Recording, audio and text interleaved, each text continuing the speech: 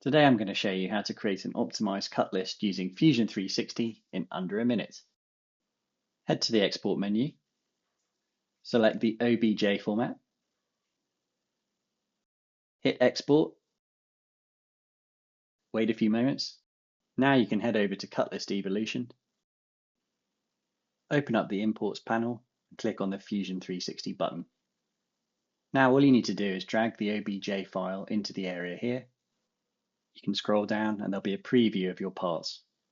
If you're happy, you can click Import. You can dismiss the message and then open up the Inputs panel. When you scroll down, you'll see all the parts have been imported successfully. Now we need to add some stock. I know in this case I'll be buying 2 different thicknesses.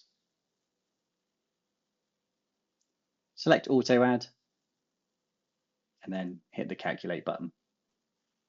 And now you'll be able to view your cut list.